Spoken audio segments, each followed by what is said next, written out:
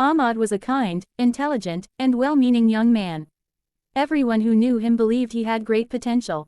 His teachers often said, "Ahmad understands everything quickly. If he works hard, he can achieve anything." His parents were proud of him, and his friends admired his calm nature. Yet Ahmad had one small habit that slowly grew into a big problem. Whenever he faced an important task, he smiled and said, "I'll do it tomorrow."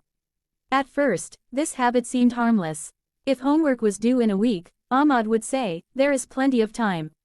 I'll do it tomorrow." If he planned to wake up early to exercise, he would turn off the alarm and think, "Just one more day. I'll start tomorrow." If he wanted to learn a new skill or improve his English, he would tell himself, "I'm tired today. I'll do it tomorrow." Tomorrow became his favorite word. The comfort of delay. Ahmad loved comfort. After school, he enjoyed lying on his bed, scrolling through his phone, watching videos, or chatting with friends. The thought of studying made him feel tired even before he opened a book. "Life is long," he often said. "Why rush?" But days turned into weeks, and weeks quietly turned into months. One day, Ahmad's teacher announced a major exam. "This exam will decide your future subject choices," the teacher said seriously. "You must prepare well." That evening, Ahmad opened his book for 5 minutes.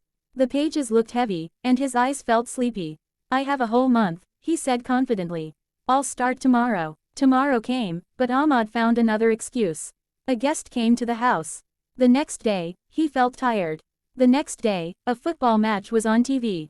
Each night, he promised himself that tomorrow would be different. But tomorrow never changed. The first wake-up call. The exam day arrived faster than Ahmad expected. Sitting in the examination hall, he stared at the question paper. His heart started beating fast. "These questions look familiar," he thought, "but I didn't practice them enough."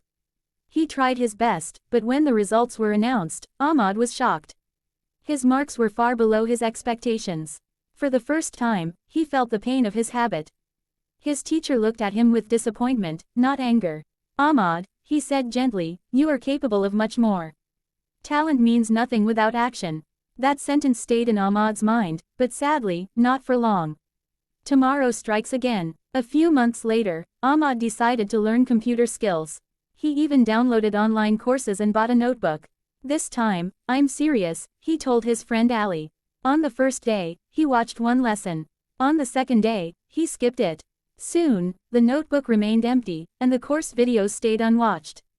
"I'm busy these days," Ahmad said. "I'll continue tomorrow." Ali warned him, "Ahmad, tomorrow is dangerous. It steals today." Ahmad laughed. "You worry too much. But life does not wait for people who delay." The lost opportunity. One day, a big opportunity came. A local company announced internships for young students. The deadline was just 1 week away. It was a chance to gain experience and build a future. Ahmad was excited. "This is perfect for me." The application required a form, a short essay, and some preparation. Ahmad decided to relax on the first day. "I'll start tomorrow." The next day, he filled only half the form. "I'll complete it tomorrow." On the last night, Ahmad sat with his laptop, feeling stressed. The internet was slow, and he couldn't focus. Before he knew it, the clock showed 12:05 a.m. The deadline had passed. Ahmad stared at the screen in silence. This time, there was no exam result to blame, no one else to disappoint. Only himself. That night, he could not sleep. A lesson from an old man. The next morning, Ahmad went for a walk to clear his mind. In a small park, he saw an old gardener planting flowers. Despite his age, the man worked slowly but steadily. Ahmad sat on a bench and watched him. After some time, the gardener smiled and said, "Young man, you look worried." Ahmad shared his story, his dreams, his delays, and his regrets. The old man listened carefully and said, "Do you know why these flowers grow well?" Ahmad shook his head. "Because I plant them when the time is right, not tomorrow, not next week." Life is like gardening. If you delay planting, you delay growth. He continued, "Tomorrow is not a promise. It is an excuse the mind uses to escape effort." Those words felt heavy, but true. The decision. That day, Ahmad made a quiet decision. He did not shout or make big promises. He simply decided to change one thing. He would stop saying, "I'll do it tomorrow." Instead, he would say, "I'll start now." He knew change would not be easy. The next time he felt lazy, his old habit tried to return. His phone tempted him. His bed looked comfortable, But Ahmad remembered the missed opportunity, the exam results, and the old gardener. He opened his book and studied for just 20 minutes. That's enough for today, he said, smiling. Small steps, big change. Ahmad continued this routine. He didn't try to study for hours. He didn't aim for perfection. He focused on starting. Some days were hard, some days he failed, but unlike before, he did not give up. When he missed a day, he did not say, "I'll start next week." He said, "I'll start again now." Slowly, his confidence grew. His marks improved. His skills increased. His mind felt lighter. People noticed the change. "You've become more disciplined," Ali said. Ahmad replied, "I didn't become stronger. I just stopped delaying." The power of today. A year later, Ahmad stood on a stage, receiving an award for academic improvement.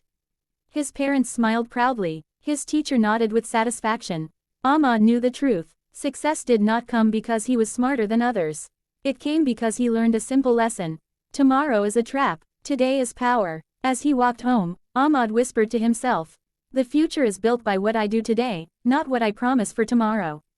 And for the rest of his life, whenever the words, "I'll do it tomorrow," tried to enter his mind, he smiled and replied, "No, I'll do it now."